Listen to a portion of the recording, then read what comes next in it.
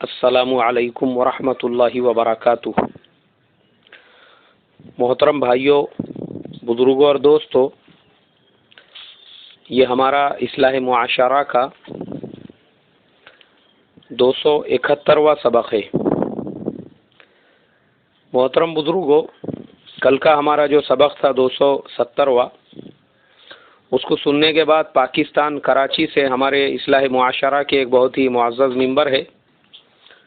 انہوں نے مجھے ایک میسج بھیجا اور کہا کہ مولانا آپ کی باتیں بالکل صحیح ہے کہ ہمارے اسی اخلاقی بگاڑ کی وجہ سے آج مسلمان پوری دنیا میں ذلت و خواری کی کھائی میں گرے ہوئے ہیں، لیکن اس کے علاوہ ایک اور بھی وجہ ہے، اور وہ ہمارا آپسی داخلی انتشار ہے کہ مسلکوں، جماعتوں، فرقوں اور نظریات کے نام پر جس طرح سے ہمارے آپس میں توڑ اور آپس میں نا اتفاقیاں بڑھتی جا رہی ہے، اس کی بنیاد پر بھی آج مسلمان اور بھی زیادہ ذلیل و خوار ہو چکے ہیں۔ انہوں نے اپنا پرسنل ایک واقعہ لکھا، اس میں کہا کہ مولانا میں نے اپنے حقیقی بہن کے بیٹی کا رشتہ میرے اپنے بیٹے کے ساتھ میں طے کیا تھا، لیکن چند دن پہلے لڑکی والوں نے یہ کہہ کے رشتہ ختم کر دیا کہ آپ لوگ دیوبندی ہو، آپ لوگ تبلیغی جماعت سے تعلق رکھتے ہو، اور آپ کے گھر میں ہم کو اپنی بیٹی اور اپنی لڑکی نہیں دینا ہے، کیونکہ تمہارے ہمارے نظریات الگ ہے، تمہاری ہماری جماعت الگ ہے، اس کے واسطے آپ کا ہمارا رشتہ ختم۔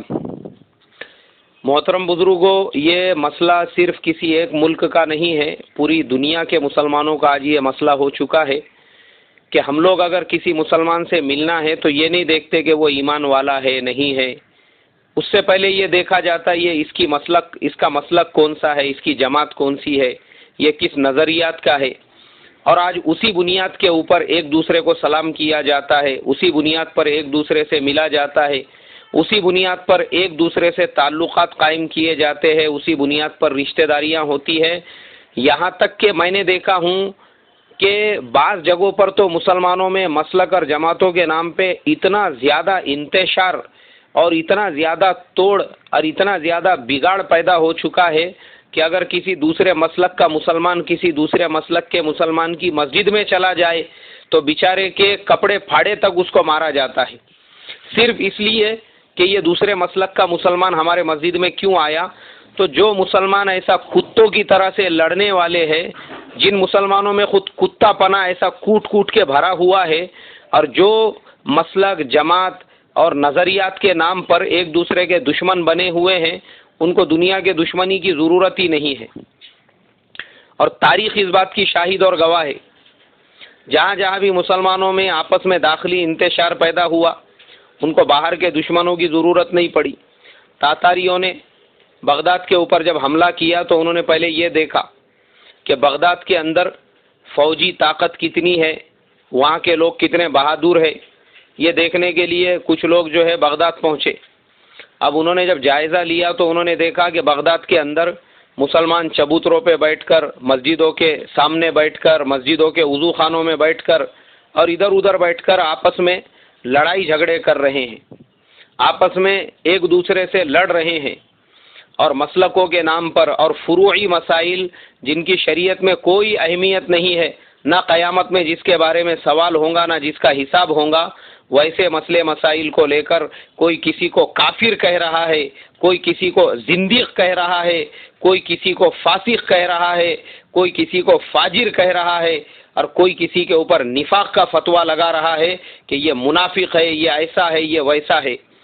تاتاریوں نے کہا جو لوگ خود آپس میں اتنے ٹوٹے ہوئے ہیں، ایسوں کو توڑنے کے لیے خالی ایک لات مارنے کی ضرورت ہے، زیادہ انرجی ویسٹ کرنے کی بھی ضرورت نہیں۔ بغداد پہ جب انہوں نے حملہ کیا تو تاریخ میں لکھا ہوا ہے کہ ایک تاتاری عورت مرد کو کہتی تھی کہ یہاں سے ہلنا مت، تو آپس میں اتنی بزدلی یعنی آپس کے انتشار کی وجہ سے اتنی نامردانگی پیدا ہوئی تھی کہ وہ مرد اپنی جگہ پہ سے ہلتا نہیں تھا، اور وہ عورت جا کے تلوار لے کے آ کے اس کا سر قلم کر دیتی تھی۔ آج یہی حال ہمارا کیوں ہو چکا ہے؟ کیونکہ ہم آپس میں اتنے ٹوٹ چکے ہیں، آپس میں اتنی لڑائیاں اور جھگڑے ہمارے ہو رہے ہیں، ہم ایک دوسرے کو سلام کرنا، ملنا، آپس میں محبت بڑھانا یہ چاہتے نہیں ہیں، تو کہاں سے ہمارے اندر آپس میں ہماری اپنی طاقت جو ہے وہ مضبوط ہوں گی؟ اور کہاں سے ہم باطل طاقتوں کا مقابلہ کر سکیں گے؟ کر ہی نہیں سکتے ہم، کیونکہ ہم آپس میں ایک دوسرے کے دشمن بنے ہوئے ہیں، ایک دوسرے کے مسلک کا مذاق اڑانا۔ ابھی میری ایک صاحب سے ملاقات ہوئی کچھ دنوں پہلے، تو وہ کہنے لگے، بولے مولانا ہم ہمارے مسجد میں تو غیر مقلد کو آنے ہی نہیں دیتے، بولے اگر ہمارے مسجد میں کوئی غیر مقلد آیا نا، اس کو ایسا ہاتھ کان کے نیچے لیتے، بولے اس نے آنا چھوڑ دینا ہمارے مسجد میں۔ میں نے کہا یہ کون سے کمال کی بات ہے؟ اللہ کے پیارے نبی صلی اللہ علیہ وسلم کی مسجد کے دروازے یہودیوں کے لیے کھلے ہوئے تھے، مشرکین مکہ کے لیے کھلے ہوئے تھے، اور دنیا بھر کے جو عیسائی بادشاہوں کے خطوط لے کر ان کے قاصد آتے تھے ان کے لیے کھلے ہوئے تھے۔ تم نے اگر اپنے ہی کسی مسلمان بھائی کے لیے مسجد کا دروازہ بند کر دیا تو مجھے لگتا ہے کہ تمہارے سے زیادہ بدترین انسان میرے نظر میں کوئی بھی نہیں ہے جو مسلک کی بنیاد پر دوسرے مسلمان کا دشمن بنا ہوا ہے۔ یہ کمال نہیں ہے؟ میں نے کہا تم نے اسی وقت 2 رکعت صلاۃ التوبہ پڑھ کے اللہ تبارک و تعالیٰ سے استغفار کرنا چاہیے کہ اے اللہ کہیں میرا یہ عمل، بھلے ہی میں جو ہے اپنے قطب کے لباس میں ہوں، مجھے ظاہر میں کوئی دیکھے تو لگے کہ کوئی ابدال آ رہا ہے، کوئی قطب آ رہا ہے، بھلے ہی میں ظاہر میں کیسا بھی نظر آؤں، لیکن اندر اگر یہ کسی مسلمان کے لیے نفاق بھرا ہوا ہے تو تیرے سے بدترین انسان میں نے کہا کوئی بھی نہیں ہے۔ توبہ کر، استغفار کر، اور وہ مسلمان سے جا کے معافی مانگ، اس لیے کہ وہ جس چیز کے اوپر عمل کر رہا ہے صحیح حدیث سے اس کے پاس میں بھی دلیل ہے، اور صحابہ نے، بزرگان دین نے، انہوں نے مسلکوں کی تبلیغ نہیں کی تھی، انہوں نے اسلام کی تبلیغ کی تھی۔ انہوں نے مسلکوں کا دفاع نہیں کیا تھا، انہوں نے اسلام کا دفاع کیا تھا۔ تو میں نے کہا یہ کون سی کمال کی بات ہے؟ آج میرے محترم بزرگوں اس کو ہم کمال سمجھ رہے ہیں، کمال، اور یہی چیزوں میں پڑھنے کی وجہ سے ہم اپنے آپسی داخلی انتشار کا ایسے بری طرح سے شکار ہو چکے ہیں، ہمارا شیرازہ ایسا بکھر چکا ہے، تار تار ہو چکا ہے، بے وقت اور بے حیثیت تو ہم اتنے ہو چکے ہیں کہ جن شہروں، جن بستیوں، جن علاقوں میں مسلمانوں کی آبادی 40% سے اوپر ہے، 50% سے اوپر ہے، وہاں پہ ہم ایک ایم ایل اے مسلمان چن کے نہیں لا سکتے، ایک ایم ایل اے، ایک وہاں پہ ہم نگر ادھیکش مسلمان نہیں دے سکتے جہاں پہ ہماری میجورٹی ہے، وہ پورے ضلع سے ہم ایک مسلمان ایم پی نہیں لا سکتے۔ اس کی وجہ صرف ہمارا آپس میں کتوں کی طرح سے لڑنا ہے، جو ہم آپس میں لڑ رہے ہیں مسلکوں کی بنیاد کے اوپر۔ ایک علاقے میں مجھے جانے کا موقع ملا رمضان سے پہلے، جہاں کے حالات آج کل بہت زیادہ ناگفتہ بھی چل رہے ہیں، بہت ہی زیادہ وہاں کے مسلمان پریشان حال ہے اور بہت ہی زیادہ حالات کا شکار ہے۔ لیکن میں جب گیا تھا ماشاءاللہ وہاں کے مسلمانوں کی خوشحالی دیکھ کر مجھے دل سے دعائیں نکل رہی تھی، ماشاءاللہ یہاں پہ کتنے مسلمان خوشحال ہے اور کتنے اچھے ان کے کاروبار ہے، اور یہاں پہ تو موٹر سائیکلوں سے زیادہ میں نے کہا مسلمانوں کے پاس میں کاریں ہے، اور یہاں تو کوئی بھی مسلمان ایسا نہیں ہے جس مسلمان کے پاس میں اپنا خود کا بنگلہ نہ ہو۔ جھوپڑ پٹی کا تو وہ پورے علاقے میں کہیں بھی نام و نشان مجھے نظر نہیں آیا، ہر مسلمان اپنے عالی شان مکان کے اندر وہاں پہ رہنے والا اور بہترین جو ہے کھانے والا اور ایک دم سکون و اطمینان کی زندگی گزارنے والا۔ ابھی کی بات ہے، رمضان سے پہلے ہی میرا وہاں پہ 8 دن کا سفر تھا۔ لیکن آج میں جب وہاں کے حالات دیکھتا ہوں تو آج وہاں پہ یہ حال ہے کہ پریشان حال ہے، ان کے لیے دعائیں کی جا رہی ہے ہماری مسجدوں کے اندر۔ اس کی وجہ کیا ہے؟ میں نے میرے 8 دن کے سفر میں سب سے زیادہ جس چیز کو محسوس کیا تھا وہ یہ کہ وہاں پہ میں جس سے بھی میں ملا 90% سے زیادہ لوگ یہ تھے، وہ پہلا سوال میرے سے یہ کرتے تھے، بھائی آپ کون سے مسلک کے ہیں؟ آپ کی جماعت کون سی ہے؟ آپ کس نظریے سے تعلق رکھتے ہیں؟ مسلمان میں ہوں، یہ تو ان کو میری ٹوپی، میری داڑھی، میرا لباس دیکھ کے سمجھ میں آ جاتا تھا، لیکن پھر پہلا اس کے بعد کا اگلا جو سوال ہوتا تھا وہ یہی، اور میں ہر ایک سے یہی کہتا تھا کہ بھائی میں صرف مسلمان ہوں یہ آپ کے لیے ناکافی ہے، میرا کسی خاص مسلک، خاص جماعت، خاص نظریے سے ہونا یہ ضروری ہے۔ خالی میں مسلمان ہوں یہ کافی نہیں ہے، آپ بھی ایک ایمان والے، میں بھی ایک ایمان والا۔ مجھے یہ بتاؤ قبر میں کس حدیث کے اندر ہے کہ وہ جو 3 سوالات ہوں گے اس میں یہ بھی ہوگا کہ تیری جماعت کون سی تھی، تیرا نظریہ کون سا تھا، تیرا مسلک کون سا تھا؟ یہ ہے کیا کسی حدیث کے اندر؟